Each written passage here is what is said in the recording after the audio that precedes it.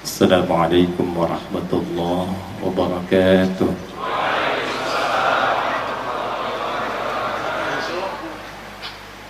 Alhamdulillahilladzi allafa baina qulubina fa asbahna bi ni'matihi ikhwana. Wassalatu wassalamu ala rasulillahi sayyidina al-habibi imamina al-mursalin imamil ghurral muhajjalin nabiyina Muhammadin sallallahu alaihi wa ala alihi wa sahbihi wa dhurriyyatihi wa ummatihi ila yawmil mi'ad alladhi huwa amamah alladhi biiqtida'i sunnatihi syarifati asbahna lil muttaqina imama. Amma ba'd. Ya, kita sama-sama muliakan guru kita, tokoh kita, dan semoga Allah Subhanahu wa taala senantiasa meninggikan derajat beliau, menyehatkan beliau sehingga mampu membimbing kita dalam kebaikan. Pak Kiai Haji Muhyiddin yang dengan tawadhu bisa menyertai kita di malam hari ini. Saya memohon izin sekaligus minta maaf saya duduk sedikit lebih tinggi, tidak mengurangi kemuliaan hadirin sekalian, ini untuk sekedar terlihat saja. Saya hormati, saya muliakan, bersama kita saat ini ada Pak Lurah Gandaria, Pak Utama. Semoga tugas-tugas beliau dimudahkan oleh Allah Subhanahu wa taala. Keluarganya diberkahi dan memberikan support yang baik untuk beramal saleh di kelurahan sehingga menjadikan wilayah yang beliau pimpin diberkahi oleh Allah Subhanahu wa taala. Keluarga besar DKM Masjid Al-Mukhlisin. Baik tadi yang disampaikan oleh penasehat masjid Bapak Silo, semoga beliau senantiasa diberikan kekuatan, kebaikan, dan apa yang dilakukan, dibimbing di masjid ini diridhai oleh Allah Subhanahu wa taala. Kita sejenak menyampaikan doa, semoga doa kita diterima oleh Allah Subhanahu wa taala untuk Ketua Umum di DKM Masjid Al-Mukhlisin ini, Bapak Dr. Fadil Zumhada Harahap. Sebetulnya saya ingin mengucapkan milad untuk beliau yang ke-59, karena 2 hari lalu itu yang saya ketahui beliau sampai pada miladnya. Semoga Allah Subhanahu wa taala menyehatkan beliau, memberikan kesembuhan terbaik dan memberkahi usianya seperti Nabi sallallahu alaihi wasallam sampaikan dan dikutip kemudian oleh sahabatnya Bakr an-Nafi' yang dicantumkan dalam Sunan At-Tirmidzi nomor hadis 2330. Ketika ditanyakan, ya Rasulullah, wahai Rasulullah, siapa yang paling baik di antara manusia ini? Maka Nabi menjawab, man tala amruhu wa hasuna amaluhu. Ialah orang yang dianugerahi oleh Allah usia yang panjang dan bisa disertai dengan panjangnya usia itu dengan baiknya amal. Alhamdulillah, di antara aktivitas beliau mampu membimbing masjid ini. Mudah-mudahan keberkahan yang didapatkan dari masjid ini menambah kesehatan dan kebaikan untuk beliau dan keluarga beliau. Saya baru dibacakan satu ayat Al-Quran dalam setiap sesi maulid itu tiba. Baru satu ini yang saya terus terang hatinya tadi saya pendam betul untuk tidak mengalirkan air mata terlampau dalam, sehingga mungkin ceramahnya jadi sedikit dan cepat pulang. Bukan karena suaranya juga luar biasa bagus dan dalam, tapi makna ayat itu memberikan satu janji yang harus diimani oleh setiap insan beriman yang mengaku umatnya Rasulullah SAW. Hari kita membacakan tadi Quran surah ke-33, surah Al-Ahzab ayat 21 pada ayat yang pertama. Laqad kana lakum fi Rasulillahi uswatun hasanah. Atau di riwayat dari Warsh dan Qalun dari Nafi' bisa dibaca dengan iswatun hasanah. Tapi poin yang besarnya adalah liman kana yarjullaha wal yawmal akhir wa dzakarallaha katsiran. Ada orang-orang yang mencintai Rasulullah SAW. Ada orang-orang yang menjadikan Nabi Muhammad SAW sebagai idola dalam hidupnya. Saking cintanya dengan Rasulullah, dia mengejar sirahnya, dia meneladani, dia bersolawat kepadanya. Dan satu yang paling penting, niat ia mencintai Nabi betul-betul dilakukan karena Allah Subhanahu wa Ta'ala yang memerintahkan kepadanya. Maka orang-orang yang datang bukan sekedar untuk belajar, tapi menghadirkan cintanya pada Rasulullah SAW, ingin mengenal lebih dekat dan meneladani Rasulullah SAW, maka oleh Allah dijawab, orang itu akan berpeluang berjumpa dengan Allah Subhanahu wa Ta'ala. Dan ini mahal. Perjumpaan dengan Allah itu paling mahal dan tingkat tertinggi, bahkan dibandingkan dengan sekedar mendapatkan surga. Ada orang-orang yang ketika di akhirat nanti dalam hisab, wajahnya berbinar-binar. Di ayat itu ditafsir lagi dengan Quran surah 75 Al-Qiyamah di ayat 22 sampai 23. Wujuhu yawma idzin nadhirah.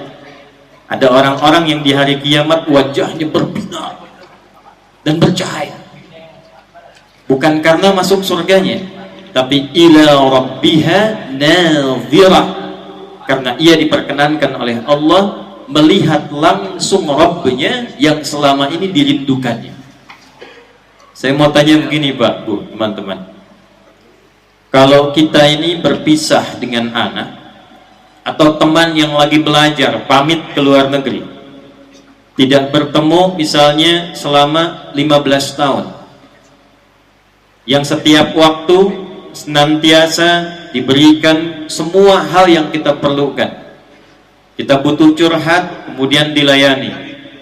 Kita ingin mengadu, dibantu. Saatnya dia pergi, tak pernah bertemu selama 15 tahun. Kemudian dia kasih kabar, insya Allah besok saya pulang. Pesawat landing di Soekarno-Hatta jam 9 pagi. Kira-kira saya mau tanya, kalau diberi kabar pesawat landing jam 9, datang ke bandara jam berapa? Jam 7, jam 6, jam 5, nginep. Karena apa? Kangen, rindu. Ada yang menyampaikan kepada kita usia 4 bulan dalam kandungan sebelum dilahirkan, yang kita tidak pernah lihat, kita tidak pernah menatap langsung, tapi kita berkomitmen dalam usia kandungan 4 bulan ketika roh mulai ditiupkan. Quran surah ke-7 ayat 172, ya, wa idz akhadha rabbuka min bani adama min zuhurihim dzurriyyatahum wa ashhadahum ala anfusihim alastu bi rabbikum qalu bala syahidna. Makanya usia 4 bulan kita sering berdoa minta sama Allah itu. Saat roh ditiupkan, itu ditafsir nanti dalam salah satu hadis yang dipopulerkan oleh Al-Imam An-Nawawi pada hadis nomor keempat tuh di Al-Arba'in yang 42 hadis itu. Ya. Begitu ditiupkan kata Allah, apakah engkau mau berkomitmen menjadikan aku sebagai Rabb, Tuhan yang merawatmu, memberikan semua kebutuhan, memaafkan kalau salah, mengampuni kalau berdosa, kalau sakit aku yang sembuhkan, semua kebutuhan aku yang cukupkan. Maka kita katakan bala, ya Allah, tanpa fikir. Kalau bala itu ya tanpa fikir. Syahidna, kami bersyahadat. Tapi dari sejak kita lahir oksigen gratis, kasih sayang diberikan, rizki dicukupkan, kenyamanan didapatkan. Belum pernah kita lihat pada anak, pada kawan saja yang berpisah kita beberapa tahun, kita punya kerinduan yang tinggi. Kenapa tidak ada yang merindukan bertemu Rabbnya ketika kembali pada Allah Subhanahu wa Ta'ala? Saya saat jenguk Ustaz Arifin Ilham, Allah yarham, itu di rumah sakit, itu begitu saya datang, tatap saya, pegang erat tangan saya, lalu mengatakan, Ustaz, saya sudah rindu. Masya Allah. Dia bisikkan ke telinga saya, liqa Allah, Sebentar lagi abang mau ketemu Allah. Liqa. Berapa di antara kita yang merindukan perjumpaan dengan Allah Subhanahu wa Ta'ala? Nah, yang paling menarik adalah ada orang-orang yang dijamin oleh Allah dan dia merindukan perjumpaan dengan Allah, dijawab oleh Allah di hari kiamat, yaumal akhir. Orang-orang ini diberikan bonus berjumpa dengan Allah karena kebiasaannya. Yang pertama, meneladani Rasulullah SAW, mengenalnya dan mencintainya saat ia berada di dunia ini. Jadi mencintai Nabi, meneladani, mengenal Rasulullah bukan sekedar menjadikan kita insya Allah mendapatkan syafaat dari Rasulullah SAW yaumul qiyamah, tapi yang paling tinggi adalah langsung diperkenankan oleh Allah punya kesempatan menatap Allah Subhanahu wa Ta'ala. Sallu ala Nabi. Oleh karena itu mengucapkan selamat di antara sekian hamba-hamba Allah yang diberikan kemudian kelembutan di hatinya untuk datang ke masjid ini untuk mengenal Rasulullah SAW lebih dekat. Di antara sekian hamba Allah yang beraktivitas, kita yang dipilih oleh Allah Subhanahu wa Ta'ala untuk berada di masjid ini malam ini. Mudah-mudahan malam ini kita berjumpa berjamaah, besok lusa kita kembali kepada Allah berjamaah. Wasiqal ladzina taqaw rabbahum ilal jannati zumara. Ada orang-orang yang masuk surganya berbondong-bondong berjamaah. Ketika hisab Allah katakan langsung masuk secara berjamaah. Begitu masuk, mudah-mudahan kita disambut di telaga Kautsarnya Rasulullah SAW. Dan dengan itu diperkenankan oleh Allah untuk menatap wajahnya Allah Subhanahu wa Ta'ala. Siapa itu Rasulullah? Siapa itu Rasulullah? Tak kenal maka ta'aruf. Karena tidak semua yang dikenali itu mesti sayang. Anda kenal istri tetangga kan tidak langsung sayang. Baik. Tak kenal maka ta'aruf, kita kenali. Jangan-jangan selama ini kita mengatakan Nabi saya Muhammad, Rasulullah Sayyidina Muhammad SAW, tapi tidak kenal siapa beliau itu. Karena tidak kenal itulah kemudian fungsi ayat ini hanya sekedar menjadi bacaan. Hikmahnya tidak dipraktekkan dalam kehidupan. Karena yang diinginkan oleh Allah itu, kenal Rasulullah itu bukan sekedar mengatakan asyhadu an la ilaha wa asyhadu anna Muhammadan. Itu bukan cuma di lisan. Karena ada dulu orang-orang Arab Baduy mengatakan itu, langsung turun ayat merespon. Quran surah ke-49 di ayat ke-14. Qalatil a'rabu amanna. Datang segelintir orang Arab Baduy mengatakan, kami telah beriman, bersyahadat. Tiba kemudian turun jawaban langsung dari Allah. Nabi tidak komen. Awas, hati-hati, urusan iman dan kufur, awas, standarnya itu standar Allah. Gak boleh sembarangan mengeluarkan kata-kata kufur. Hati-hati. Saya ulangi, tidak boleh sembarangan mengatakan kata-kata kufur. Karena itu kalau ada aliran-aliran yang tidak jelas, sedikit-sedikit kafirkan orang, mesti hati-hati. Karena ketika kalimat itu diungkapkan, dia akan kembali mencari pemiliknya. Dia naik ke langit mencari, tidak ditemukan, di bumi tidak ditemukan, maka dia akan kembali kepada yang menuduhkan. Adab Nabi ketika kemudian orang itu beriman, mengatakan saya beriman, Nabi diam, turun kemudian langsung berita dari Allah.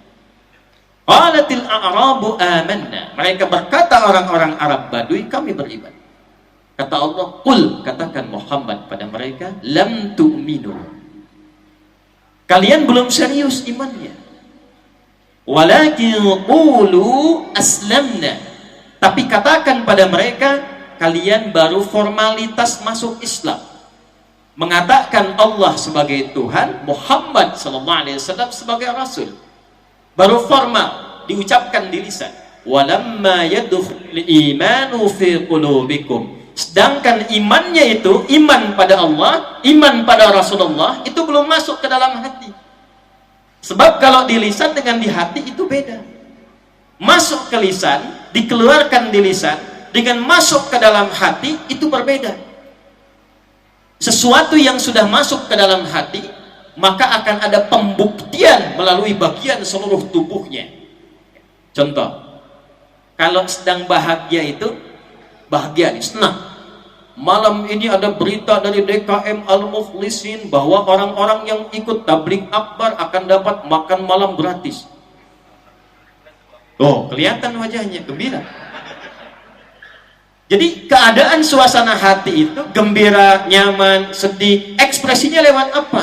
Semua yang muncul dan masuk ke hati diekspresikan dengan perilaku dalam kehidupannya.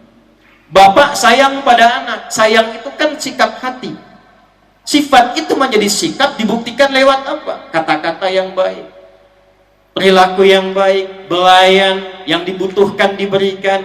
Semua yang muncul dari hati pembuktiannya lewat perilaku. Awas nih, ada perempuan di belakang ya yang belum nikah. Jika ada anak laki-laki mengatakan pada Anda, saya mencintaimu, jangan percaya. Hati-hati itu. Karena baru di lisan. Karena cinta itu bagian dari rasa hati. Perlu dibuktikan.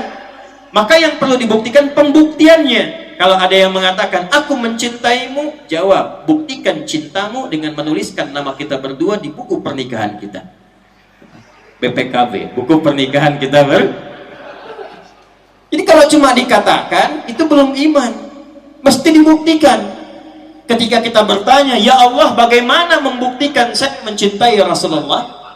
Saya kenal Rasulullah. Maka dijawab oleh Allah, laqad kana lakum fi Rasulillahi uswatun hasanah. Nah, pembuktiannya kata Allah, ikuti Rasulullah itu. Teladani Rasulullah itu. Apa yang kami teladani ya Allah? Apa yang kami ikuti? Nah, ini yang akan kita bahas. Ternyata ayat ini itu bisa dibaca dalam lafaz uswah itu dengan dua cara. Berapa cara? Dua cara. Satu kali kita tadi membaca riwayat Hafiz dari Asim. Laqad kana lakum fi Rasulillahi uswatun hasanah. Pakai u. Yang kedua ada riwayatnya Warsh dan Qalun dari Nafi' Al-Madani. Imam Nafi' itu tinggal di Madinah. Itu badannya tinggi besar, rambutnya keriting, kulitnya hitam, ya. Kemudian itu telinganya pendengarannya kurang. Tapi beliau seorang ahli Al-Quran yang tahu kesalahan orang baca Quran hanya melihat gerakan bibirnya saja. Dan tidaklah Imam Nafi' Al-Madani ini ketika beliau berbicara ahli Quran ini kecuali keluar bau harum dari mulutnya. Imam Nafi' Al-Madani. Maka riwayat kedua yang dipopulerkan oleh Imam Nafi' itu berbunyi laqad kana lakum fi Rasulillahi iswatun hasanah. Jadi ada uswah, ada iswah. Apa bedanya?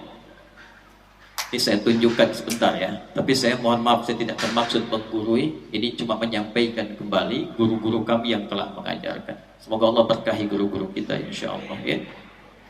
Ini saya tunjukkan sedikit saja nih ya, supaya kelihatan. Ini belakang kelihatan kan? Ini aja yang depan belum, sana udah kelihatan tuh. Ini Pak Kiai luar biasa nih, berkah masjid ini. Belum saya tulis udah kelihatan tuh ya, belakang. Ini saya tulis begini nih, ya, hamzah, sin, waw, ta. Ini uswah di atas, ini iswah di atas. Pertama, ada qudwah, ada uswah, itu beda. Kalau qudwah, pernah dengar qudwah hasanah? Nah, qudwah itu artinya bisa diteladani, sosok teladan. Tapi belum tentu dengan meneladaninya kita otomatis menjadi teladan, belum tentu. Itu qudwah namanya.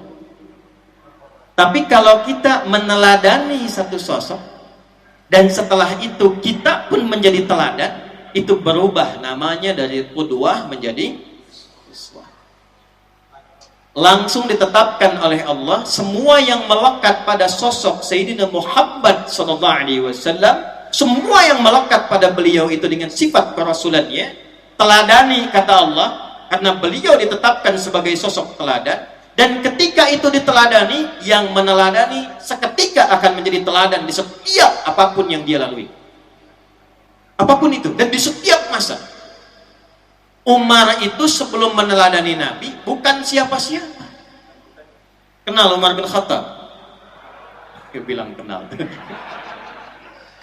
Tapi ini masih agak mendingan. Saya di Bangkalis ada yang kenal Firaun. Kenal Firaun, kenal. Hampir saya pulang tuh. Umar itu sebelum kenal Nabi, ikut Nabi, bukan siapa-siapa. Dikenal di kalangan masyarakat jahiliyah. Maaf, ya, seorang yang suka nantang-nantang orang lain. Setiap hari kerjaannya minta duel. Kita ketemu di Gunung A, yang berani dengan saya. Tapi sebelum datang pamit dulu pada ibu yang telah melahirkannya, karena dia akan pulang tanpa nama. Umar paling minimal sehari mabuknya itu 5 kali dalam sehari. Karena itu ayat mirasan 3 termasuk Al-Maidah ayat 91 itu turun merespon pertanyaan Umar bin Khattab. Di zaman jahiliyah itu kalau pemabuk amatiran itu 5 kali sehari mabuknya. Kebayang yang profesional kan? Kapan Umar dikenal sebagai sosok yang seperti sekarang? Orangnya luar biasa, penegak kebenaran, banyak ide-ide brilian, orang yang luar biasa dalam menegakkan nilai-nilai keislaman, pemimpin yang fenomenal, teori belusukan dari Umar, ya, pengembangan pendidikan banyak dari Umar. Kapan dikenal demikian? Ketika kenal dengan sosok bernama Muhammad sallallahu alaihi wasallam.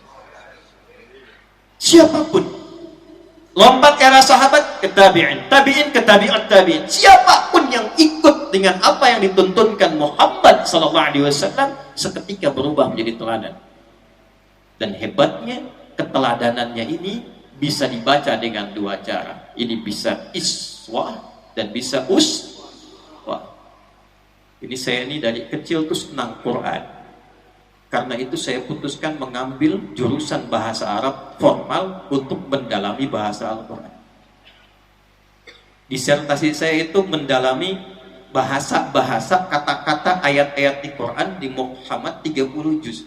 Itu ketika menemukan bahasa Quran, singkatnya, saya mengambil sanad ijazah dulu tadi untuk menunjukkan yang saya sampaikan bukan biasa-biasa, tapi basic ilmunya kuat. Tidak ada satupun huruf dalam Al-Quran termasuk harakatnya kecuali punya makna. Kecuali punya makna. Ini yang harakat yang kita ketahui. Kalau garisnya miring kayak tidur tapi ada di atas namanya apa? Fathah. Kalau di bawah namanya apa? Kalau bulat begini namanya apa? Sukun. Kalau begini namanya apa? Dhammah. Itu semua ketika kita lekatkan pada bacaan Al-Quran, bukan harakat biasa, tapi punya makna di balik itu. Yuk kita lihat misalnya, ambil langsung kasrah dengan dhammah. Kasrah kenapa disebut dengan kasrah? Di ilmu bahasa kita akan temukan kasrah itu, kalau kita lihat posisinya di bawah disebut dengan khafad, yang rendah. Karena rendah tuh ke bawah, posisinya kecil, kasrah zujaj, kaca pecah, melahirkan pecahan-pecahan kecil. Jadi semua kata-kata jika ada harakatnya kasrah, ini menunjukkan bahwa kata-kata itu mengandung makna yang lembut, yang kecil, atau yang sederhana, yang rendah. Itulah sebabnya kalau kata ini dilekatkan pada perempuan, harakatnya i, ya, i itu kenapa sering pada perempuan, sementara laki-laki a, ya, anta laki-laki, perempuan anti. Jazakallah khair laki-laki, perempuan jaza illa i. Kenapa i untuk perempuan? Untuk menunjukkan sifat perempuan yang lebih lembut dibandingkan dengan laki-laki. Jadi kalau ada i'tikaf di masjid ini, antum mau sampai subuh i'tikaf tuh, jam 2 keluar cari udara. Begitu keluar, misalnya dekat pohon tuh ada suara, nggak usah lari, tunjuk kasroh ya. Itu yang lembut, yang kecil. Saya waktu itu diundang ke Garut, Pak Kiai, oleh sahabat kami senior sepuh. Nyampe ke sana, itu dikasih buah sukun, Pak. Dihidangkan ke kami, sudah dimasak, buka-buka begini. Beliau katakan, Ustadz, ini silahkan sukunnya dimakan. Saya bilang, Pak, ini bukan sukun, ini fathah. Kalau sukun dia masih bulat di atas tuh, jatuh ke bawah jadi kasrah. Bapak potong-potong, kebuka, dimasak jadi apa? Fathah. Tawa, saya kira selesai itu. Rupanya dia bawa lagi nampan dengan sukunnya ke dapur. Dia sampaikan pada istrinya, Ma, kata Pak Ustadz, ini bukan sukun, Apa Pak? Fathah. Jadi kalau disebutkan kasrah, ini menunjuk yang kecil-kecil, yang sederhana. Kalau disebutkan dhammah, indhamma yang dhammu, dhama indhimam, ya, dan alamatnya tinggi rafa, ini menunjukkan yang tinggi-tinggi yang terkumpul banyak. Dhammah itu yang terkumpul. Jadi Allah ingin memberikan kesan begini pada sosok Muhammad sallallahu alaihi wasallam, jangankan yang tinggi-tinggi yang banyak bisa diteladani, yang kecil-kecilnya pun jadi teladan. Yang kecil-kecilnya. Jadi semua yang melekat pada sosok Muhammad sallallahu alaihi wasallam, semuanya, dari namanya, dari tumbuhnya, dari lahirnya, berkembangnya, sampai semua aktivitasnya, senyumnya, jalannya, nengoknya, bicaranya, sampai dengan wafatnya, sampai dengan doanya, bahkan keluhannya, itu ditetapkan oleh Allah. Kalau diikuti, jadi teladan kita dalam kehidupan. Karena itu kita akan mulai pelan-pelan dari mana kita mengenal Rasulullah sehingga bisa mengikuti keteladanan yang melekat pada beliau. Kita ambil yang kecil-kecilnya dulu, kalau level besar agak tinggi, tapi nanti saya berikan satu contoh untuk dipraktikkan malam ini insya Allah. Yuk kita ambil yang kecil dulu, dari namanya. Siapa nama beliau? Siapa nama beliau? Yang kencang. Katanya cinta pada Rasulullah, nggak kenal namanya. Siapa namanya? Kita tanya pada Rasulullah, siapa nama baginda ya Rasulullah? Nanti kita balikkan kemudian dari nama ini berapa yang Allah kemudian abadikan dalam Al-Quran. Buka di Al-Bukhari nomor hadis 3532, 3532. Kita lihat bagaimana Nabi SAW memperkenalkan nama beliau. Ana, kata beliau, qala Rasulullah SAW, saya lebih cepat langsung lompat ke bagian tertingginya. Ana Muhammadun wa Ahmad wa ana al-mahi alladhi yamhu biyyal kufra wa ana al-hashir alladhi yuhsharu an-nasu ala qadami wa ana al-aqib. Diperkenalkan oleh Rasulullah 5 nama yang melekat pada beliau. Ada berapa nama? Catat nih ya, mungkin ini informasi baru untuk kita. Ini langsung dari nabinya. Ana Muhammad, 1. 2 Ahmad. 3 Al-Mahi. 4 Al-Hashir. Dan kelima Al-Aqib. Ada berapa? 5. Nah, sekarang kita urutkan baik-baik dan kita lihat. Semua nama yang disebutkan Rasulullah ini, dan nanti dari 5 ini 2 yang diabadikan dalam Al-Quran, dan dari 2 nama ini terdapatlah pancaran rukun Islam. Nanti dari 5 yang 2 diabadikan dalam Al-Quran, yaitu 2 nama pertama, Muhammad, disebutkan 4 kali dalam Al-Quran. Surah ketiga Ali Imran ayat 144, surah ke-33 Al-Ahzab ayat ke-40, kemudian ditemukan di Quran surah ke-47 Muhammad dengan namanya sallallahu alaihi wasallam di ayat yang kedua, dan yang keempat Quran surah ke-48 di ayat ke-29. 4 kali disebutkan dalam Al-Quran kata Muhammad. Dan Ahmad sekali disebutkan dalam Al-Quran. Quran surah 61 As-Saff di ayat yang ke-6. 4 kali Muhammad, 1 kali Ahmad. 4 tambah 1 berapa? 5. Dan jarang orang mengkaji kenapa di ayat ini disebutkan Muhammad, di ayat itu disebutkan Ahmad. Kenapa Ahmad cuma sekali, Muhammad 4 kali? Dan nanti kita akan lihat perhatian. Tapi sebelum kita ke sana, kita akan urutkan dulu semua nama yang melekat pada Rasulullah SAW. Itu 5-5-nya semuanya nama sifat. Dan tidak ada nama zat. Apa bedanya Ustaz nama zat dengan nama sifat? Kalau nama zat itu nama yang dilekatkan pada diri untuk membedakan satu sosok dengan yang lainnya. Adi yang ini, Asep yang lain, Pak Asep yang nengok Pak Asep, Pak Adi yang nengok Pak Adi, Adi dan Asep itu nama diri yang diberikan pada sosok untuk membedakan ini Adi, ini Asep. Tapi kalau kita katakan Pak Asep yang jujur, Pak Asep yang penyabar, Pak Asep yang tawadhu, maka jujur, sabar, tawadhu itu namanya nama sifat. Jelas? Semakin ditambahkan sifat baiknya, semakin mulia nama dirinya.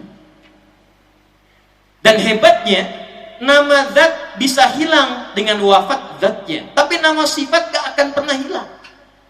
Asepnya boleh meninggal, tapi kan jujurnya tidak wafat. Pernah mendengar begini, ada pengumuman telah meninggal dunia, jujur. Telah wafat, sabar. Tidak pernah kita temukan. Sifat itu akan terus abadi melampaui zamannya, sekalipun zatnya sudah tidak ada dalam kehidupan. Itulah yang melekat pertama kali yang Allah berikan pada Rasul mulia ini, dibedakan semua namanya dari nabi-nabi sebelumnya dengan nama sifat. Jika Anda bedakan dengan nabi-nabi sebelumnya sampai ke Adam alaihissalam, makanya komentar Nabi, ana al-aqib, saya penutup semua nabi dari Adam sampai ke beliau, dan punya keistimewaan semua nama yang melekat pada beliau sifat. Silakan urutkan sampai ke atas. Muhammad sallallahu alaihi wasallam bin Abdullah bin Abdul Muttalib bin Hashim bin Abdul Manaf bin Qusay bin Murrah bin Kilab bin Ka'ab bin Ghalib bin Fihr bin Malik bin Nadar bin Kinana bin Khuzaimah bin Mudrika bin Ilyas bin Nizar bin Mudar bin Ma'ad bin Adnan bin Addi bin Adri bin Muqawwam bin Nahur bin Tarikh bin Ya'rub bin Yasdub bin Nabit bin Ismail alaihi salam bin Ibrahim alaihissalam bin Azar atau bin Nahur bin Abir bin Kinan bin Al-Fahsyad bin Sam bin Nuh alaihissalam bin Mikhlail bin Matusyara bin Kinan bin Anwas bin Tis bin Adam alaihissalam. Coba ulangi. Ana al-aqib, kata Rasulullah, saya al-khatim, saya penutup. Cuma bedanya nama saya dengan nabi sebelumnya, semua nabi sebelumnya itu rata-rata namanya nama zat. Kalaupun ada sifat satu dua, tapi Rasulullah yang istimewa ini, wa innaka la'ala khuluqin 'azim, ya, yang kesaksian langsung dari Allah, akhlaknya begitu agung dan tinggi, saking tingginya semua nama yang melekat pada beliau bisa diteladani karena sifat, bukan zat. Sifat bukan zat. Itu yang paling utama satu. Jadi kalau kita mau gali apa yang melekat pada Rasulullah supaya kenal Nabi, yang pertama diperkenalkan oleh Allah, kenali namanya dulu. Laqad kana lakum fi Rasulillahi, kita mulai dengan iswah dulu, namanya dulu. Jangan-jangan selama ini menyebut namanya, tapi kita tak kenal dengan sifatnya. Sifat apa yang melekat pada nama itu? Nah, sekarang kita keluarkan yang viral dulu dalam Al-Quran, dua nama, Muhammad dan Bapak Ibu sekalian. Sekali lagi saya tidak bermaksud mengajari, tapi kalau kita buka sirah yang agak tinggi-tinggi ya, kalau Nurul Yakin masih ringkasan ya, tapi kalau kita ngaji ke Ibnu Ishaq sampai dengan ke atas, kita akan temukan ternyata di era jahiliyah, di zaman Nabi dilahirkan itu, nama Muhammad tidak populer, belum pernah ada sebelumnya. Saya ulang ya, nama Muhammad itu belum pernah ada sebelumnya di kalangan masyarakat jahiliyah, baik di suku Quraisy ataupun suku-suku yang lain. Usama banyak, Zaid banyak, Muhammad tidak ada. Kapan nama itu muncul dan bagaimana seorang Abdul Muttalib, kakek Nabi sallallahu alaihi wasallam, memberikan nama khusus untuk cucunya, diberi nama dengan Muhammad. Di tahun-tahun sebelum kelahiran Rasulullah sallallahu alaihi wasallam, sebelum maulidnya terjadi, Abdul Muttalib, kakeknya Nabi, kita pamitkan beliau tadi pamit pada kami. Kita doakan beliau ke Muhyiddin disehatkan oleh Allah, ya, diberkahi aktivitasnya, insyaallah. Beliau ada pertemuan juga dengan para habaib, ya. Mudah-mudahan habaib-habaib juga disehatkan oleh Allah Subhanahu wa taala dan dirukunkan kita semua untuk mendapatkan percikan kemuliaan Rasulullah sallallahu alaihi wasallam. Abdul Muttalib itu melakukan perjalanan Karena orang-orang dulu itu punya kebiasaan untuk merantau dalam dagang. Kalau tidak ke Syam, sekarang ada 4 negara di Syam itu, wilayahnya 4 negara sekarang.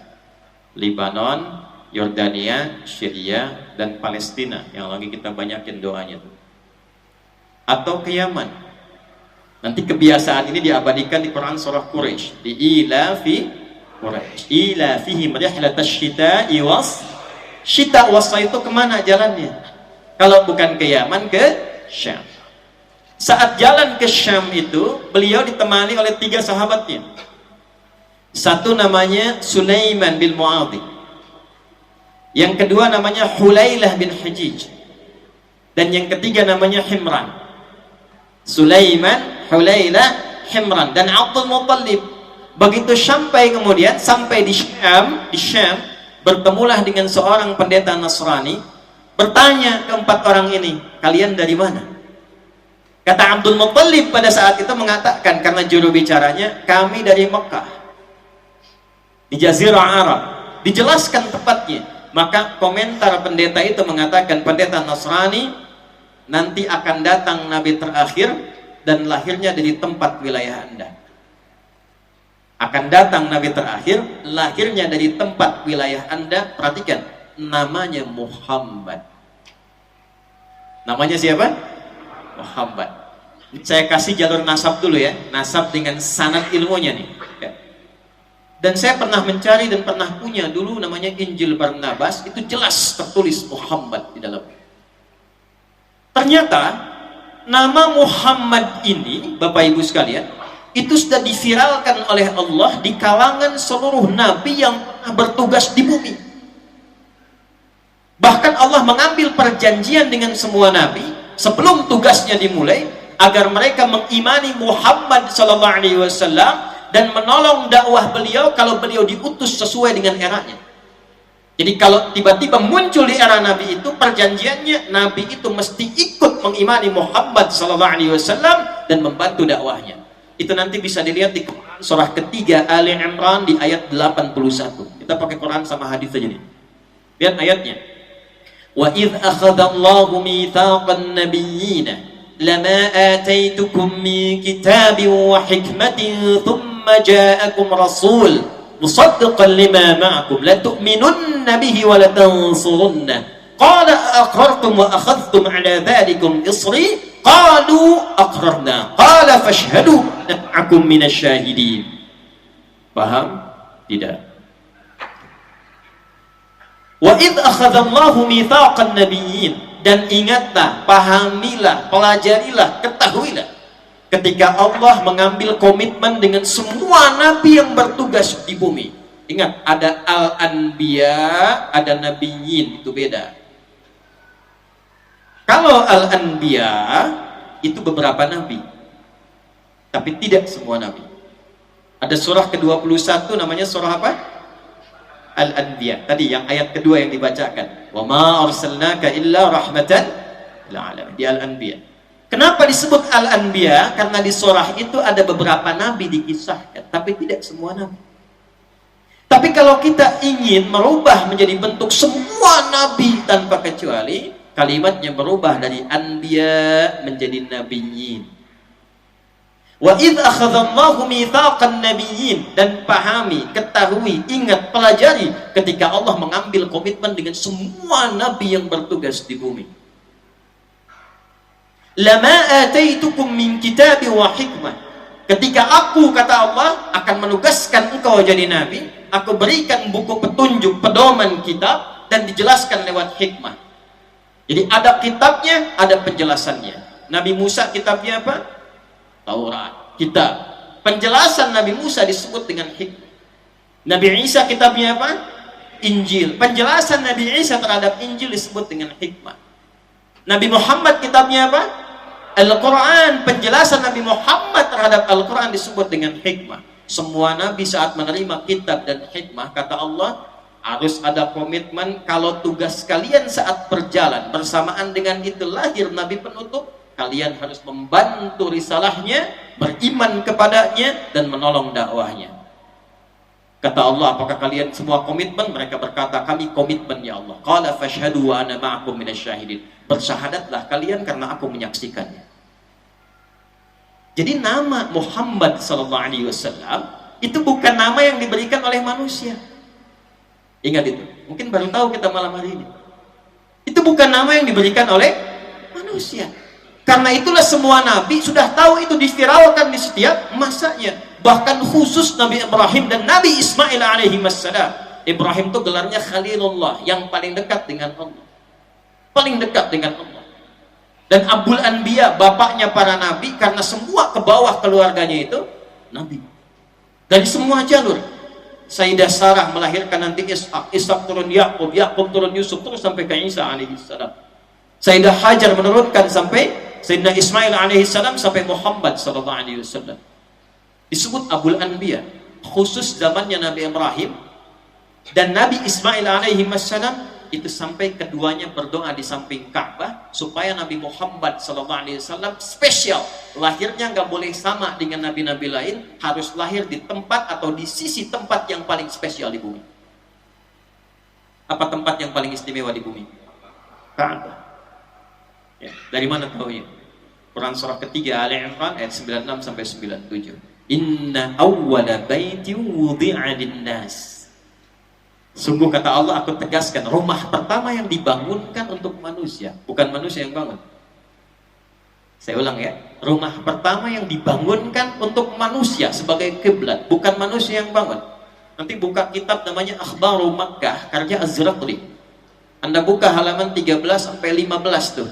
Itu disampaikan bagaimana di situ dalil disebutkan malaikat diperintahkan oleh Allah bangun Ka'bah sebelum Adam turun. Dibangun. Nanti zaman Nabi Nuh alaihi salam hancur bagian atasnya terkena banjir. Sisa pondasi. Nah, pondasinya ini diperintahkan oleh Allah kepada Nabi Ibrahim, Nabi Ismail, tinggikan lagi di era Nabi Ibrahim. Maka beliau menapakkan kakinya, bawa batu untuk meninggikan lagi. Tapak pertama yang ditapakkan untuk melakukan perbuatan besar disebut makom namanya. Di makom itu tapak terhormat. Ya, kenapa kita sebut kuburan dengan makom? Untuk memberikan kesan hiduplah dengan terhormat supaya wafatnya pun dihormati. Makanya kita sebutkan makam ulama, makam aulia, dengan makam para kiai. Kenapa? Karena hidup mereka terhormat. Ada pesan di balik nama makam. Bekerjalah selama hidup dengan terhormat agar wafat pun Anda terhormat. Itu maksudnya. Maka sampai sekarang walaupun Nabi Ibrahim sudah tidak ada, makamnya tetap ada. Hajar Aswad, multazam, kemudian ada pintu, tarik garis lurus, geser kanan dikit, itu makam Ibrahim. Begitu diinjakkan kaki, anaknya yang usia 3-4 tahun kurang lebih datang dari sisi kanan bawa batu, mengatakan, "Papa, saya mau bantu, boleh nggak?" Maka bawa batu, batu dalam bahasa Arab disebut dengan hajar. Disusun-susun menjadi hijar. Maka daerah itu sampai sekarang disebut dengan Hijar Ismail. Apa kaitan dengan Nabi Muhammad SAW? Begitu selesai ditinggikan Ka'bah itu, berdoalah keduanya. Berdoa keduanya di samping Ka'bah. Doanya ada 3. Diabadikan di Quran surah kedua Al-Baqarah ayat 127, 128, 129. Nah, yang 129 itu khusus untuk Nabi Muhammad SAW. Rabbana wab'ath fihim rasulan minhum yatlu alaihim ayatika wa yu'allimuhumul kitaba wal hikmah wa yuzakkihim innaka antal azizul hakim. Ya Allah, mohon nanti Rasul yang diutus yang terakhir, yang mulia, yang istimewa itu, mohon lahirkanlah ya Allah di tempat yang termulia, di sisi Ka'bah ini, di kalangan penduduk yang akan hidup di sekitaran Ka'bah ini. Sekarang silahkan riset dan cek, Nabi mana yang pernah tugas di muka bumi yang lahirnya dekat Ka'bah? Gak ada, kecuali Nabi Muhammad SAW. Nanti kalau umrah, kalau haji, ini kita doakan mudah-mudahan yang belum bisa dipercepat ya. Nabung, gak cukup dengan amin, nabung. Ntar dari Zam-Zam keluar, langsung belok kanan tuh. Jangan masuk masjid dulu, lurus dikit belok kanan ke arah yang bawah bukit tuh yang ada istana. lurus, tandanya sebelah kanan tuh ada pos security, CCTV-nya tuh satu warna putih ngadepnya ke depan. Ya, bawahnya kursi ada warna hijau. Lurus saja dulu, terus sampai ke ujung. Ya, sebelah kanan ada kipas angin, tuh saya hitung tuh ada 35 tuh, dari awal sampai akhir.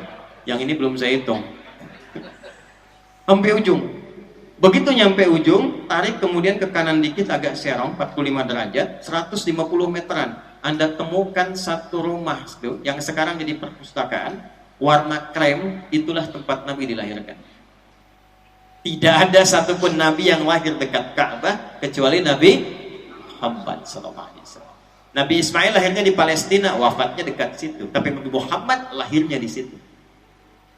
Jadi saking mulianya Nabi ini, awas hati-hati nih, Allah sudah memuliakan luar biasa. Namanya diviralkan, tempat lahirnya istimewa, yang mendoakan para Nabi, sampai nanti kerisalah Nabi terakhir sebelum datangnya Nabi Muhammad SAW. 600 tahun sebelum kelahiran Nabi Muhammad SAW, namanya itu sudah semakin dikuatkan, bahkan semakin gembira. 600 tahun sebelum kelahiran Nabi Muhammad. Maka Nabi sebelum Nabi Muhammad, ya, pengantar sebelum ditutup itu namanya Isa bin Maryam. Yesus Al-Masih. Itu lahir 600 tahun sebelum Nabi Muhammad SAW.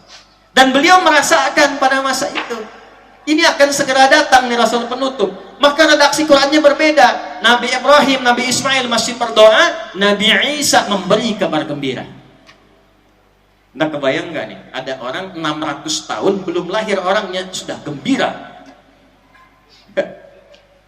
Pak, aduh saya gembira nih. Ayo kita syukuran. Gembira apa? Anak saya mau lahir. Kapan? Ntar kalau saya udah nikah. Udah nikah aja belum? Respon kita gimana tuh? Oh, nanti ada-ada aja gitu ya. Tapi ini lain, Nabi Muhammad tuh beda. Belum lahir, masih 600 tahun. Nabi Isa, Nabi Ruhullah, dekat dengan Allah, dijaga oleh Allah, ibunya mulia. Ya. Dan itu menyampaikan kepada umatnya, aku berikan kabar gembira. Nabi Isa gembira. Nabi Isa gembira. Ente Nabi bukan, Rasul bukan, surga belum jelas, nggak ada pujian di Quran, nggak gembira dengan kedatangan Nabi Muhammad, dipertanyakan. Mungkin para nabi kalau lihat lagi, lihat bingung siapa nih. Para nabi gembira. Quran surah 61 ayat yang ke-6. Wa idh qala Isa bin Maryam, disebutkan langsung namanya Isa dan binnya. Ini saya kasih rahasia bentar ya, kita lompat dulu, tapi janji ini diantara kita aja nih ya. Kalau di Quran disebutkan nama plus binnya, itu berarti peristiwanya hanya terjadi pada orang itu dan tidak akan terjadi lagi pada yang lainnya di setiap masa. Jelas? Tapi kalau tidak disebutkan namanya, hanya disebutkan inisial atau gelarnya. Contoh, Firaun, Abu Lahab, dan turunan-turunannya. Ini menunjukkan peristiwa itu akan terjadi lagi di masa depan dengan tokoh yang berbeda, tapi sifat dan perilaku yang serupa. Contoh, ibundanya Nabi Isa disebutkan nama dan bintinya, wa Maryam ibnata Imran. Maryam anak perempuannya Imran. Kenapa disebutkan bintinya? Karena kejadian yang menimpa Maryam bisa mengandung dan melahirkan tanpa disentuh laki-laki manapun. Walam yamsasni bashar. Bahasa Qur'annya tidak disentuh laki-laki manapun. Itu cuma Maryam binti Imran. Ya. Maryam Gandaria banyak, mana Pak Lurah tuh? Ya. Maryam sekarang misalnya lahir tanpa bapak banyak, tapi yang tidak disentuh laki-laki manapun cuma Maryam binti Isa bin Maryam. Kenapa disebutkan Isa dan binnya di Quran? Dan satu-satunya tuh, satu-satunya. Muhammad gak disebutkan di Quran dengan binnya, Nuh gak disebutkan, Adam apalagi karena gak ada bapaknya ke atas kan? Nabi Isa bin Maryam, Isa bin anak laki-laki Maryam, anak laki-lakinya Maryam. Kenapa disebutkan sampai ke bin, sampai ke ibunya? Kenapa? Karena hanya Nabi Isa alaihi salam yang terlahir dari rahim seorang perempuan tanpa ada pasangannya, tanpa disentuh laki-laki manapun. Isa bin Maryam. Ada lagi yang lebih hebat daripada Isa, namanya Adam. Siapa namanya? Adam. Jadi Allah itu menciptakan manusia dengan semua keadaan, 4 keadaan semua. 1, yang tanpa ibu, tanpa bapak, Adam. Jelas? Yang kedua, ada bapak tanpa ibu, belum tahu kan? Ada bapak tanpa ibu. Siapa? Hah? Hawa. Karena Hawa itu diambil dari tulang sulbinya siapa? Adam. Dari laki-laki tanpa perempuan. Sekarang ada perempuannya, laki-lakinya enggak ada. Siapa? Isa alaihissalam dari Maryam. Yang paling lengkap, ada bapaknya, ada ibunya, ada laki-lakinya, ada perempuannya. Siapa? Antum. Jadi untuk menunjukkan dari Allah gampang. Kalau aku mau, kun fayakun, jadi semua. Perkara mencipta itu semua jenisnya bagi Allah gampang. Hah?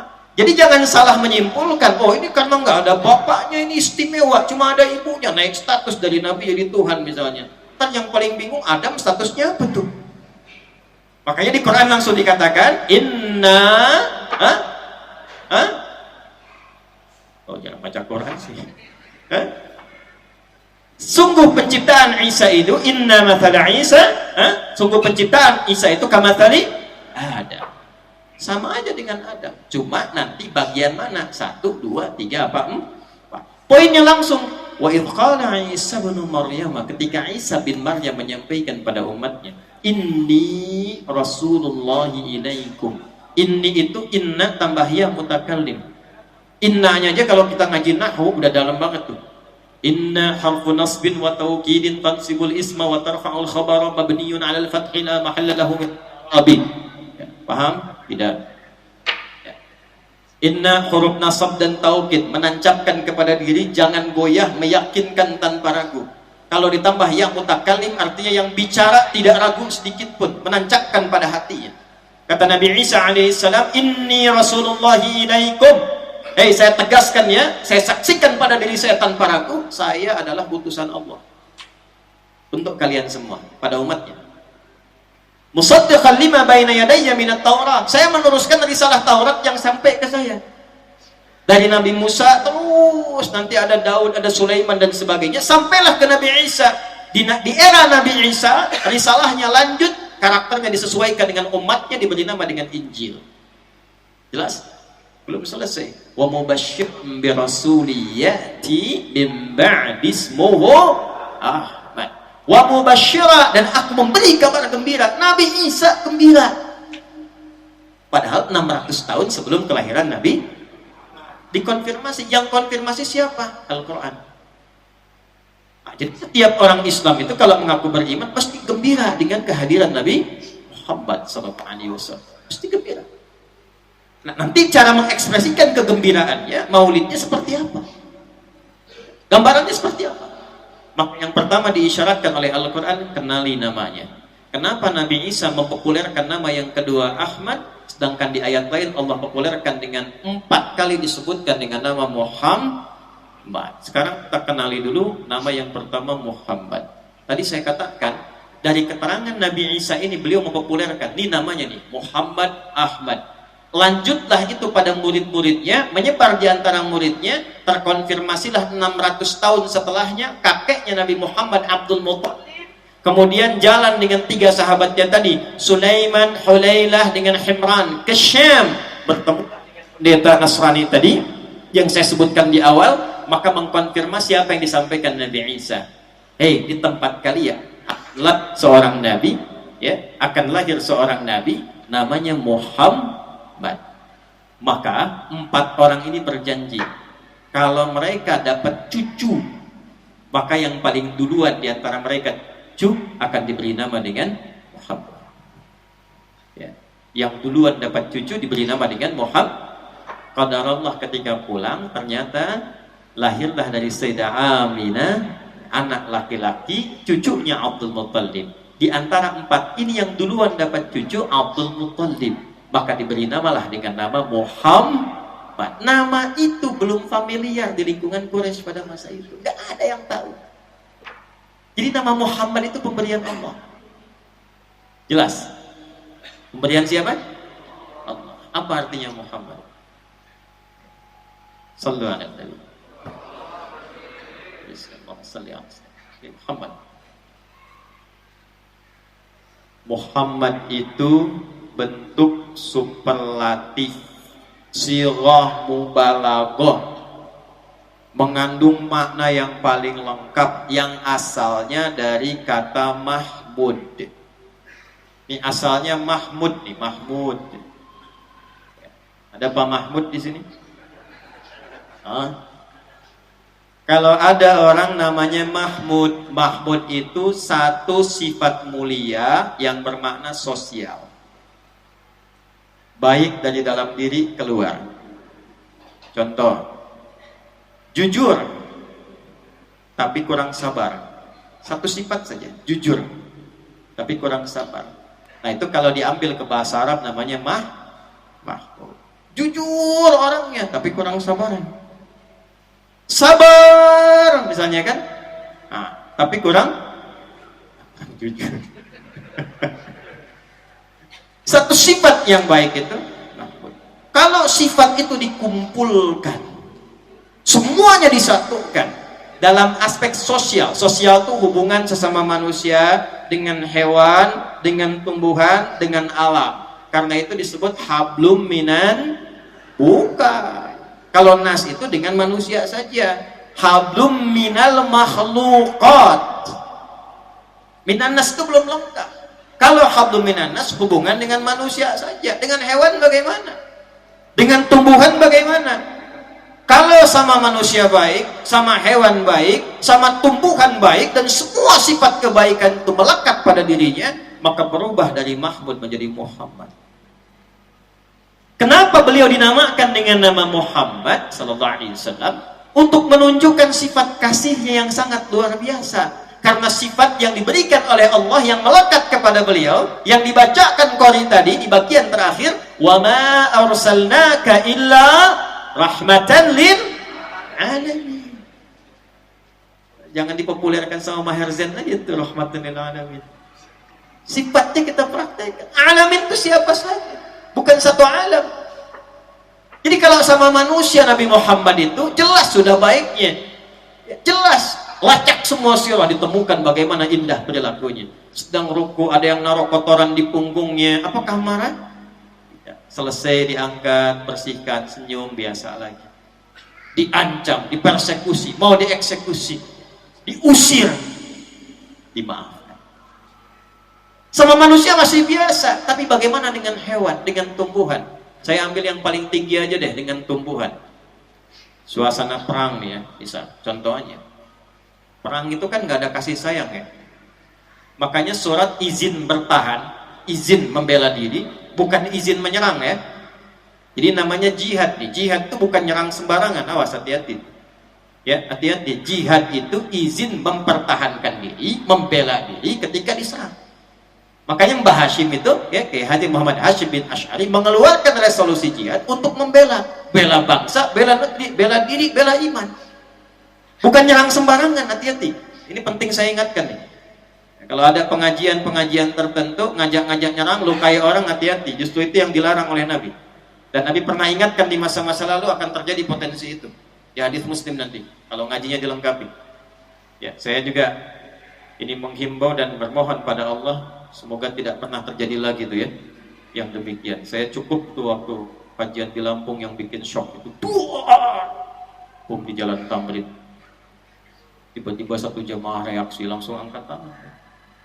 Ustaz, apakah bom di Jalan Tamrin termasuk jihad fisabilillah? Saya bilang, Mas, sependek pengetahuan saya, jihad fisabilillah itu jihad di jalan Allah, bukan di Jalan Tamrin.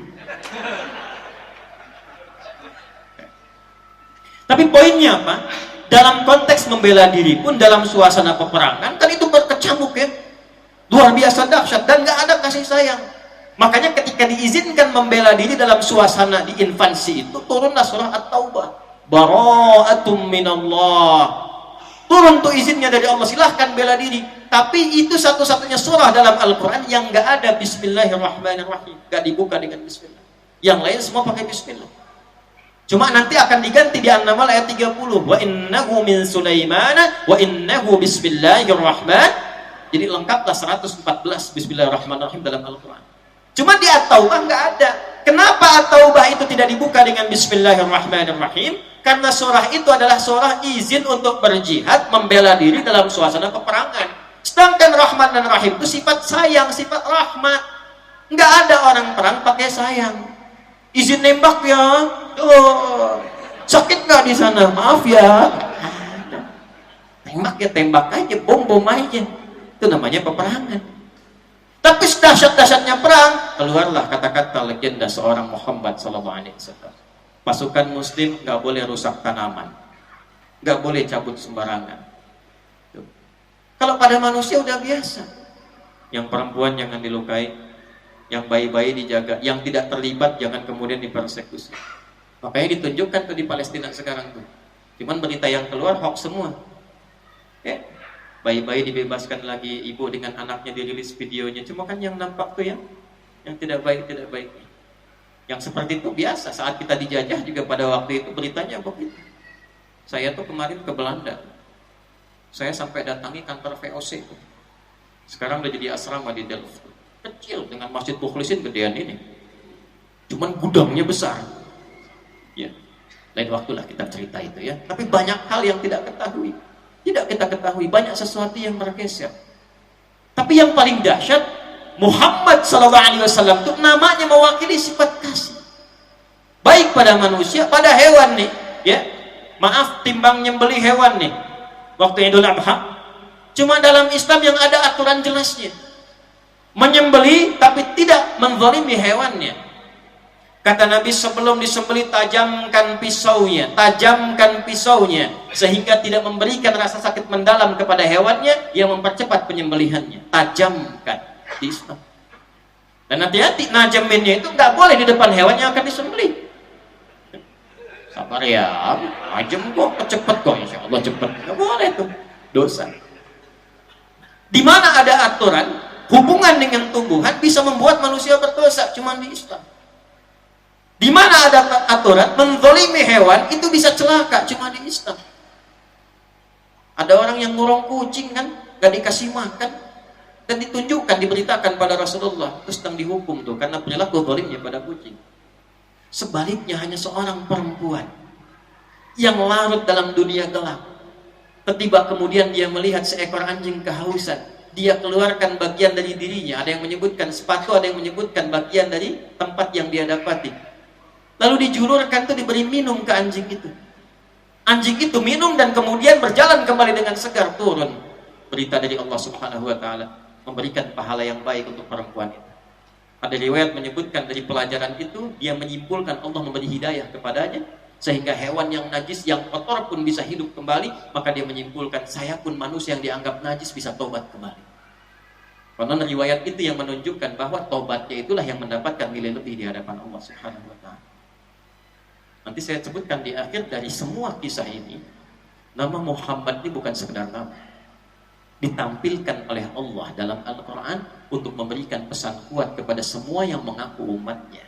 Praktekkan sifat itu. Tiru. Bawa dalam kehidupan.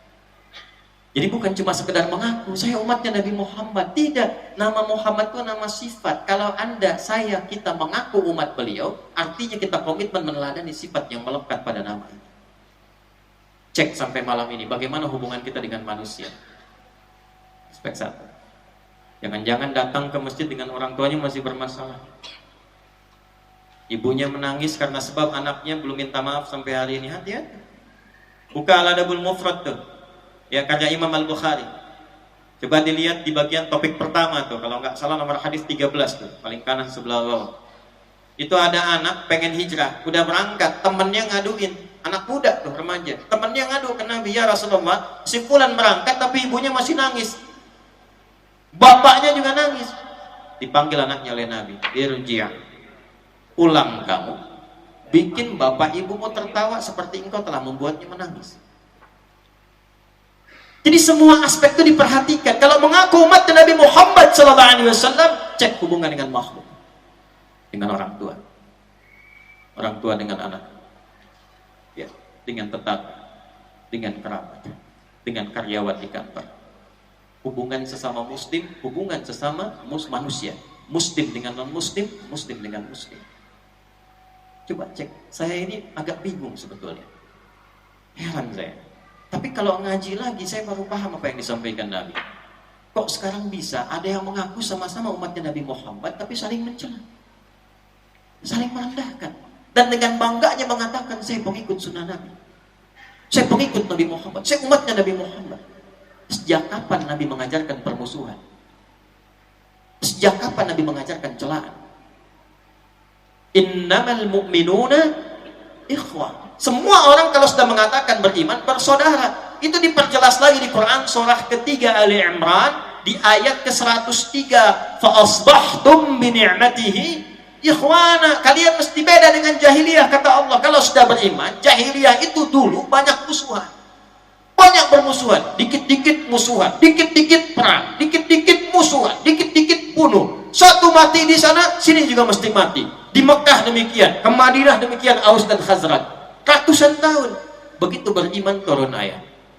Wa'tasimu bihablillahi jami'an wa la tafarraqu. Wadhkuru ni'matallahi 'alaikum idh kuntum a'da'an fa'alafa baina qulubikum fa asbahtum bi ni'matihi ikhwan. Dulu sebelum kalian beriman, kalian banyak musuhan. Mencela, menghina, merendahkan, menyakiti, persekusi sampai eksekusi. Itu belum beriman. Ketika kalian mengaku beriman, kata Allah, dipersaudarakanlah dengan iman itu. Fa asbahtum bi ni'matihi ikhwan.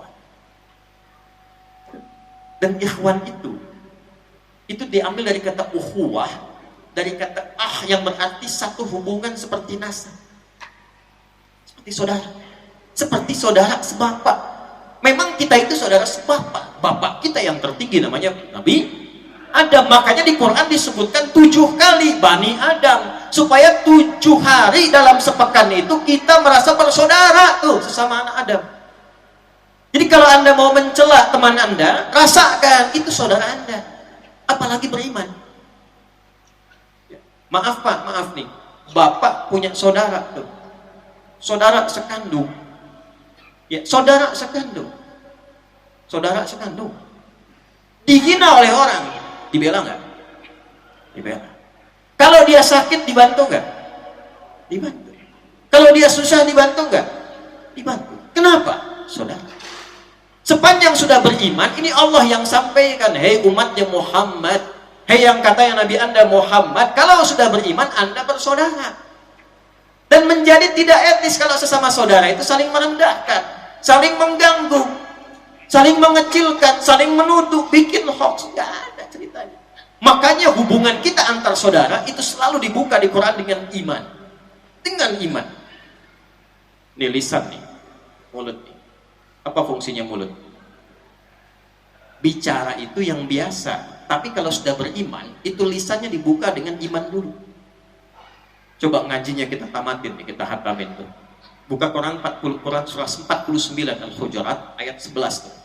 Ya ayyuhalladzina amanu, imannya dulu. Hei semua orang yang telah merasakan beriman. Kita perdalam nih dengan nahu nih.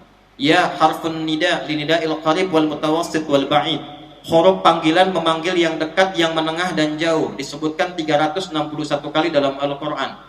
Ayyuha disebutkan 150 kali dalam Al-Quran. Ayyunya munada, fungsinya menguatkan sebuah hukum. Haknya tanbih, mengingatkan hukum. Alladzina disebutkan 1080 kali dalam Al-Quran. Mencakup semua tanpa kecuali. Laki-laki, perempuan, besar, kecil, tua, muda. Hei semua tanpa kecuali. Laki-laki, perempuan, besar, kecil, tua, muda. Sepanjang kalian punya iman, dimanapun kalian berada, dekat, menengah, ataupun jauh, aku ingatkan, kata Allah, aku kuatkan hukum ini. La yasrab qaumin qaum. Jangan saling mencela. Kalau sudah merasa beriman, lisannya gunakan pada yang baik-baik. Turunlah petunjuk dari seorang Nabi Muhammad SAW. Gimana menggunakannya ya Rasulullah? Man kana yu'minu billahi wal yawmil akhir falyaqul khairan aw liyas. Yang merasa beriman pada Allah dan hari akhir dan yakin akan dihisab, katakan mulutnya yang baik-baik. Kalau tak mampu dia,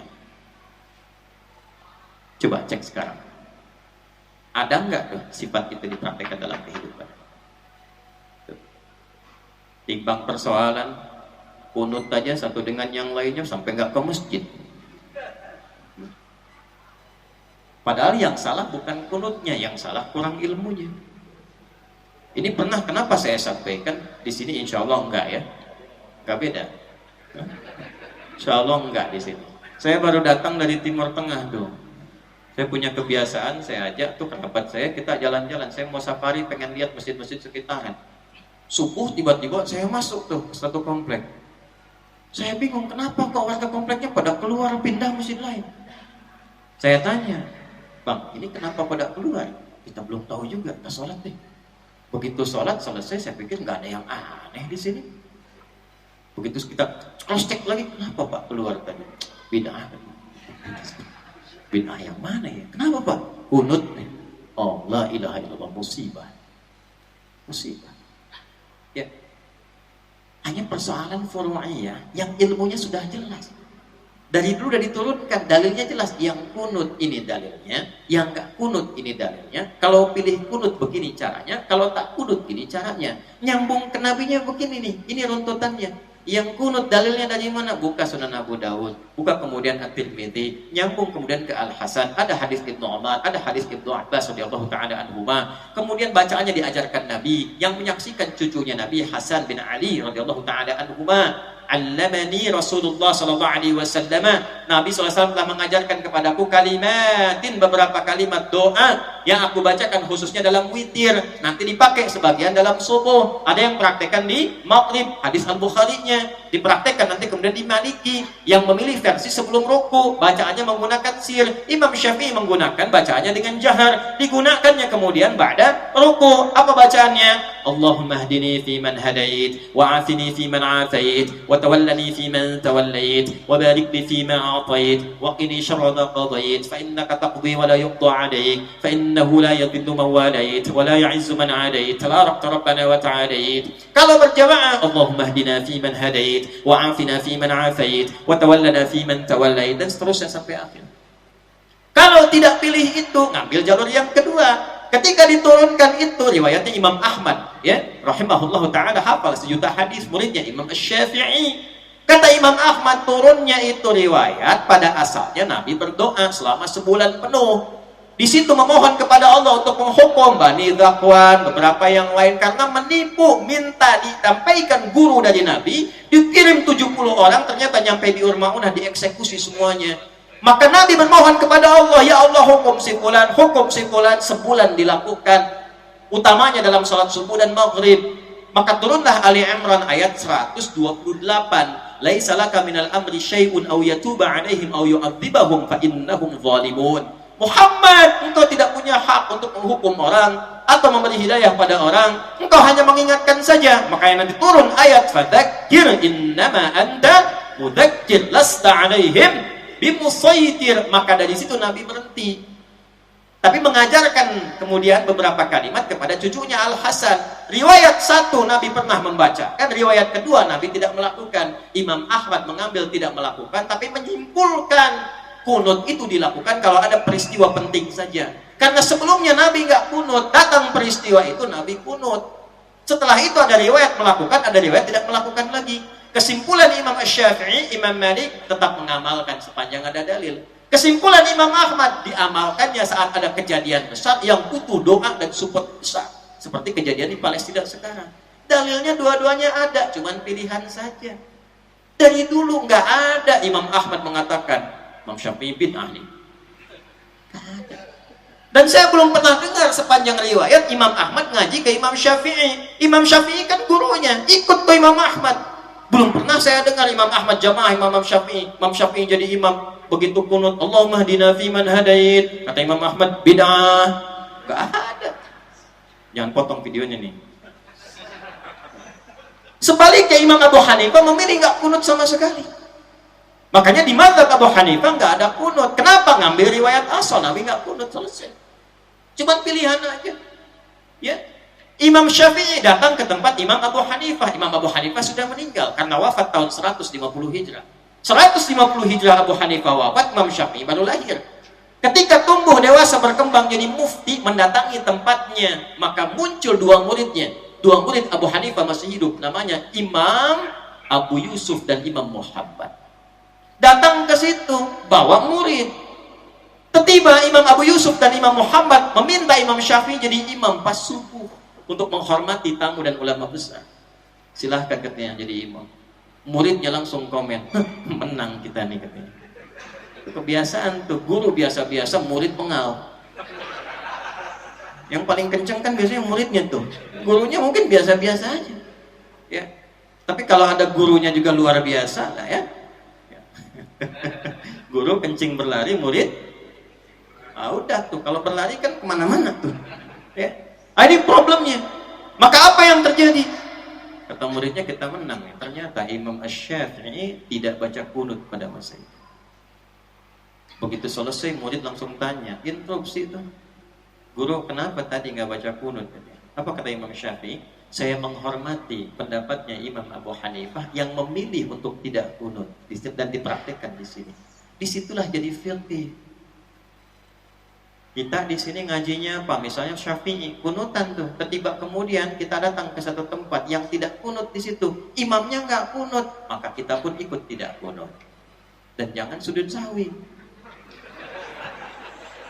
Karena hadisnya jelas, innama ju'ilal imamu liyutamma bihi fa qira'atul imam qira'atul mahmum. Imam dijadikan untuk diikuti. Maka semua yang dikerjakan imam, makmum tinggal ikut, pahala ikut. Sebaliknya, antum nggak kunut, datang ke satu masjid, imamnya kunut, ikut kunut. Dan fatwa ulama begitu. Itu yang di mazhab Hambali sekarang di Saudi. Syekh bin Baz rahimahullah sudah meninggal, Syekh Utsaimin sudah meninggal. Fatwanya sama. Kalau imamnya kunut, makmum walaupun dia nggak ikutnya paham bukan kunut, tetap mengaminkan di belakangnya, ikut imam. Imam, Allahumma hdina fi man hadait, makmum amin. Wa'afina fi man afait, makmum amin. Dan ustadz pun jangan bawa mazhab sendiri. Ikuti mazhab yang berkembang di daerahnya. Saya ngajar di Malaysia. Malaysia mazhabnya Syafi'i. Saya imamin pakai mazhab Syafi'i. Tapi saya di Tripoli diangkat jadi amin khutbah, sana Maliki mazhabnya. Saya praktikkan Maliki. Antum punya pemahaman, datang ke satu tempat di wilayah itu pemahamannya sudah Syafi'i, antum datang bawa Hambali aja ikut. Dan nggak ada hubungan dengan ormas. Ormas itu bersaudara, saling menyatukan, saling memudahkan untuk membawa nafas keislaman yang baik. Allahumma hdini fi man hadait, NU. Nah, ini yang repotnya tuh. Kalau kunut NU nggak kunut Muhammadiyah. Zaman Nabi belum ada. Dan dua-duanya ormas bagus, nggak ada masalah. Kita doakan untuk saling bekerja sama dan memakmurkan bangsa, itu yang paling penting. Nah, itu ngajinya yang harus diperdalam supaya apa? Pancaran sifat Muhammad kita praktekkan. Ini baru sesama muslim. Itu masih mending kunut tuh, nunggu rakaat terakhir. Ada yang baru mulai rakaat sudah ribut. Gara-gara bismillah tuh. Baru dibuka udah ribut tuh. Umat sekarang wajah-wajahnya tuh. Padahal hadisnya jelas. Kurang lebih ada yang hitung 70 hadis dibagi 4 bagian. Ada yang jahar, Bismillahirrahmanirrahim. Ada yang silent. Bismillahirrahmanirrahim. Maaf ya, kalau silent, sir, itu nggak usah ditempelin ke mic. Bismillahirrahmanirrahim. Alhamdulillahi rabbil alamin. Itu sama saja dengan jahar, Joni. Sir itu Anda yang dengar, kalau diperdengarkan ke orang jahar namanya. Yang ketiga nggak dibaca sama sekali, langsung Alhamdulillahi rabbil alamin. 4 baca rakaat pertama dengan jahar, riwayat Abu Hurairah. Dan yang keduanya tidak dibaca sama sekali. Bismillahirrahmanirrahim. Rakaat pertama. Rakaat kedua nggak dibaca, langsung hamdalah. Alhamdulillahi rabbil alamin. Dan keempat-empatnya jalur kenabinya ada dan dijelaskan. Ini kapan Nabi baca jahar, kapan sir, kapan nggak dibaca. Riwayatnya penyebabnya ini, asalnya di sini tempat jelas. Tinggal dipilih. Keempat-empatnya disebut manhaj. At-tariqul wadih. Semua sumbernya nyambung ke Nabi dengan jelas. Tapi saat kita praktekkan, kan mesti pilih salah satu. Gak mungkin 4-4-nya dibaca. Imam besar Masjid Al-Mukhlisin mengimami sholat subuh dengan 4 versi utama, 70 hadis. Sehingga masjidnya disebut sunnah banget. Bismillahirrahmanirrahim. Bismillahirrahmanirrahim. Tidak dibaca sama sekali. Mesti pilih salah satu. Ketika dipilih salah satu, disingkat ma dhahaba ilaihi al-Malik. Apa yang cenderung diambil oleh Imam Malik? Ma dhahaba ilaihi Syafi'i. Imam Syafi'i cenderung ngambil yang mana? Ma dhahaba ilaihi Ahmad. Imam Ahmad cenderung yang mana? Kepanjangan ma dhahaba ilaihi singkat. Madhab. Jadi madhab itu bukan kelompok, bukan pilihan sendiri, bukan otak-atik sendiri, nggak ada. Jangan bikin kaidah yang aneh-aneh. Apa kaidah aneh itu? Pilih mana? Pilih Nabi, pilih madhab. Ente kalau nggak belajar lewat madhab, nggak akan mungkin sampai infonya ke Nabi. Karena semua yang sampai ke kita sekarang itu mengerucut ke jalur madhab. Karena 4 ini kemudian yang mendokumentasikan pelajaran informasi dari Nabi ke sahabat. Sahabat banyaknya mengingat, jarang sekali yang mencatat karena ingatannya itu luar biasa tajam. Semakin menyebar, semakin kurang ingatan. Tuh. Sahabat dulu banyaknya mengingat dibandingkan mencatat, dan hebatnya mereka hafalannya di dalam kepala. Orang sekarang hafalannya di luar kepala. Saya udah hafal di luar kepala, Ustaz. Nah, itu belum hafal, masih di luar kepalanya.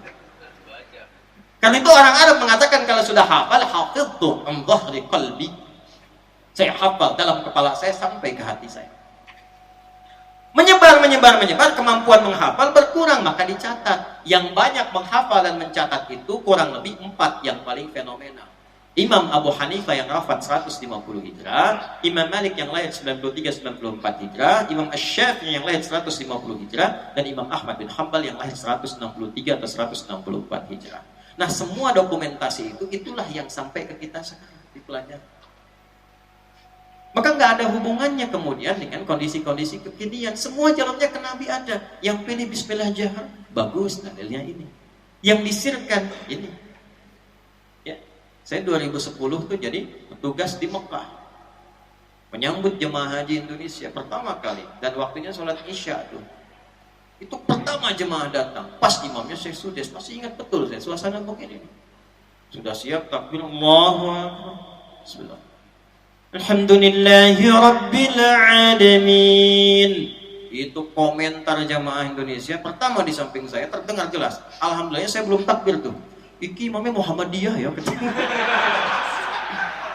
Wah, saya komen langsung, Muhammadiyah cabang Masjidil Haram. Nah, jadi ini sudah saatnya kita belajar dengan baik, mempraktekkan percikan nama. Jauh dari perselisihan. Ya, sudah bukan eranya lagi membid'ahkan, menyalahkan apa semua. Yang ada itu pelajari pakai ilmunya. Lalu ilmu yang baik itu praktekkan untuk membangun bangsa. Ini amanah dari Allah Indonesia ini. Harus dijaga.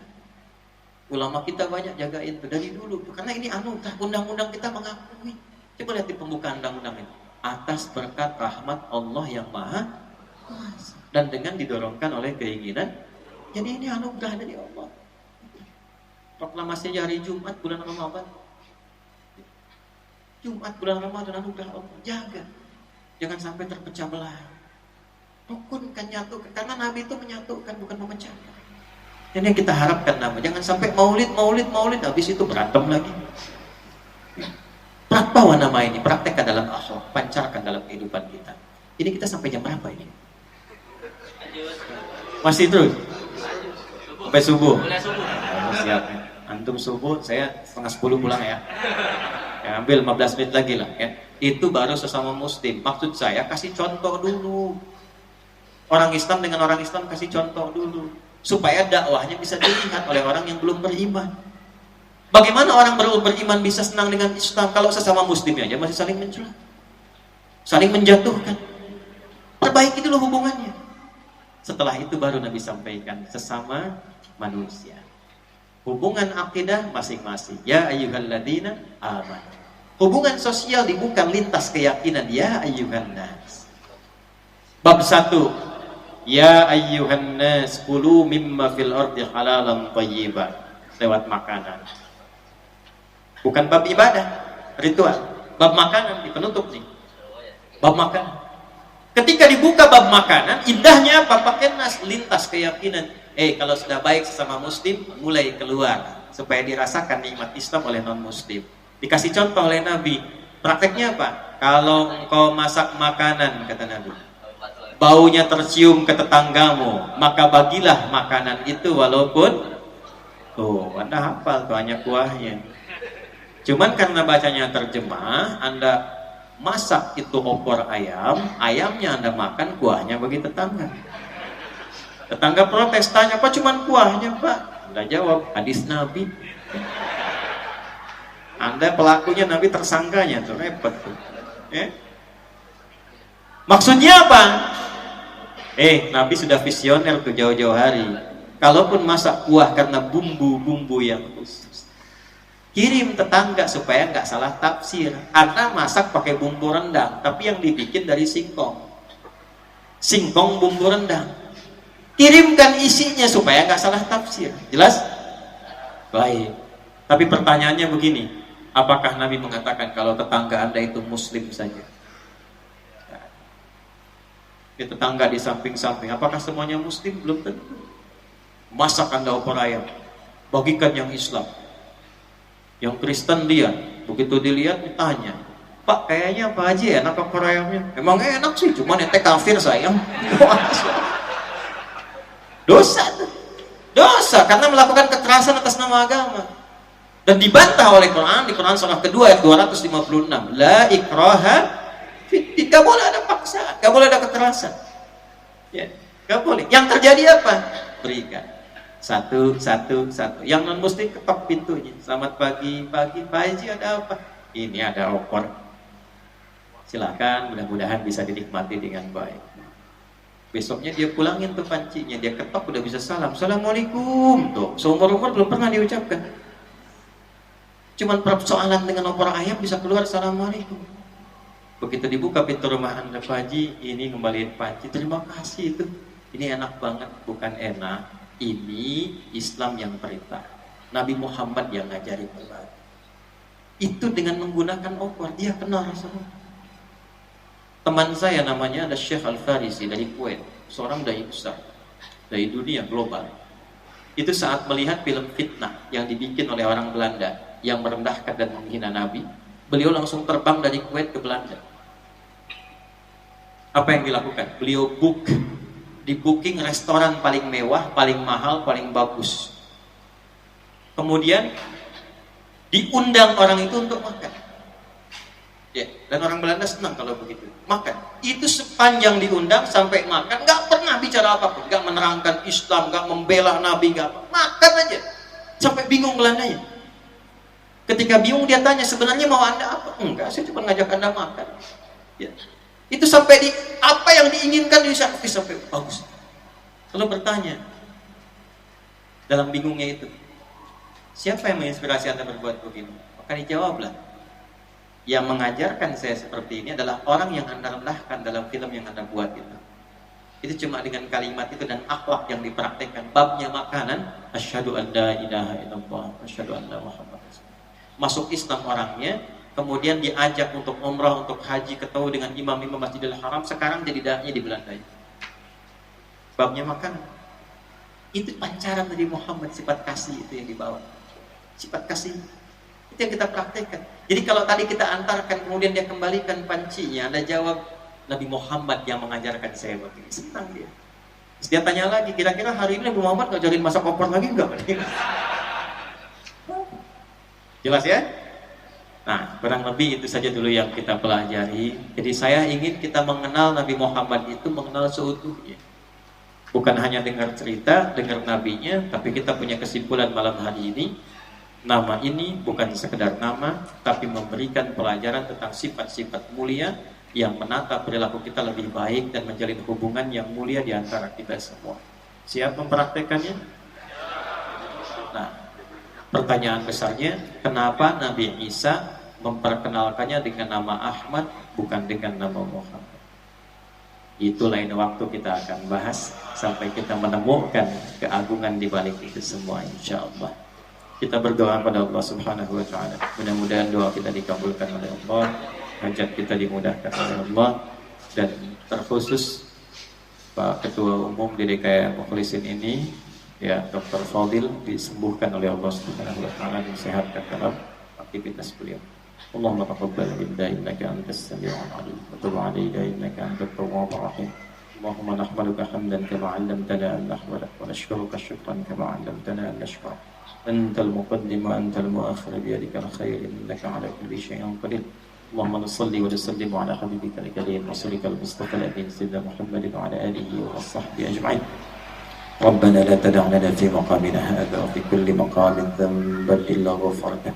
Ya Allah, jika ada pendosa hadir di pengajian malam hari ini, jangan biarkan dia pulang kecuali Kau telah ampuni seluruh dosa-dosanya. Wala hamman illa farajtah, jika ada yang datang membawa kegelisahan, jangan biarkan dia pulang kecuali Kau telah tenangkan keadaan hatinya.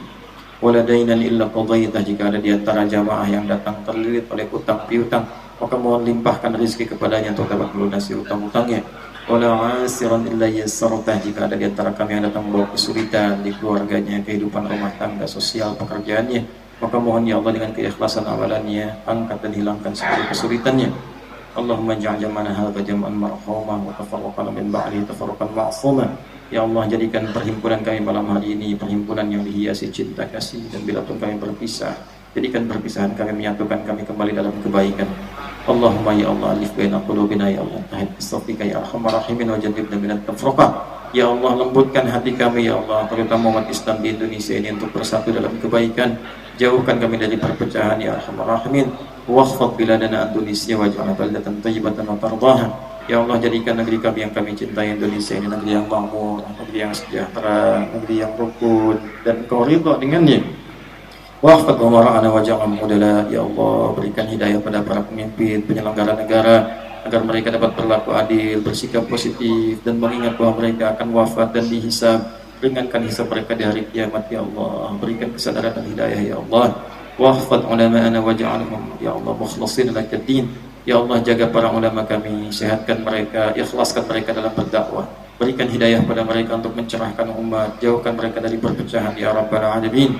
Allahumma ya arhamar rahimin, unsur ikhwatana fi Palestin. Allahumma zid quwwatal mujahidin. Allahumma zid quwwatal mujahidin. Allahumma zid quwwatal mujahidin fi Palestin. لتحرير مسجد الأقصى يا رب العالمين وخفف حسابنا يوم القيامة عن ضعفنا في نصرتهم ونصرة الأقصى يا رب العالمين. Ya Allah, tambahkan kekuatan pada para pejuang di Palestina. Ya Allah, tambahkan kekuatan pada para pejuang di Palestina. Ya Allah, beri mereka kemampuan untuk membebaskan Masjid Al-Aqsa. Sabarkan keluarga mereka, jadikan para wafat mereka syuhada. Ya Allah, ampuni dosa kami, ringankan hisab kami di hari kiamat, yang tak mampu untuk mereka kecuali dengan doa-doa ya arhamar rahimin. Allahumma hafadh wa barik ya Allah hadzal masjid waj'al barakatan kamilah ya arhamar rahimin. Ya Allah, berkahi masjid ini, berkahi masjid ini dengan keberkahan yang sempurna. Jauhkan dari berbagai perbuatan maksiat yang terjadi di masjid ini ya Rabbal Alamin. Allahumma barik ya Allah kullu mu'tamilih ya arhamar rahimin. Ya Allah, berkahi orang-orang yang memakmurkan masjid ini, dari DKM-nya, pendirinya, inisiatornya, sampai dengan jamaahnya ya Rabbal Alamin. Rabbana atina fid dunya hasanah fil akhirati hasanah wa qina adzabannar. Wa sallallahu ala sayyidina Muhammad wa ala alihi wa sahbihi ajma'in. Wa akhiru da'wana subhanakallahumma rabbana wa bihamdika nashhadu an la ilaha illa anta nastaghfiruka wa natubu ilaik. Walhamdulillahi rabbil alamin. Saya cuma minta dua permintaan. Satu, keluar dengan tertib, rapi, jangan tinggalkan sampah. Dan saya minta dibukakan akses supaya agak lebih nanti kembali dengan mudah. Kedua, mohon titip doa ya dalam sujud-sujud antum supaya Allah mengampuni dosa-dosa saya. Assalamualaikum warahmatullahi wabarakatuh.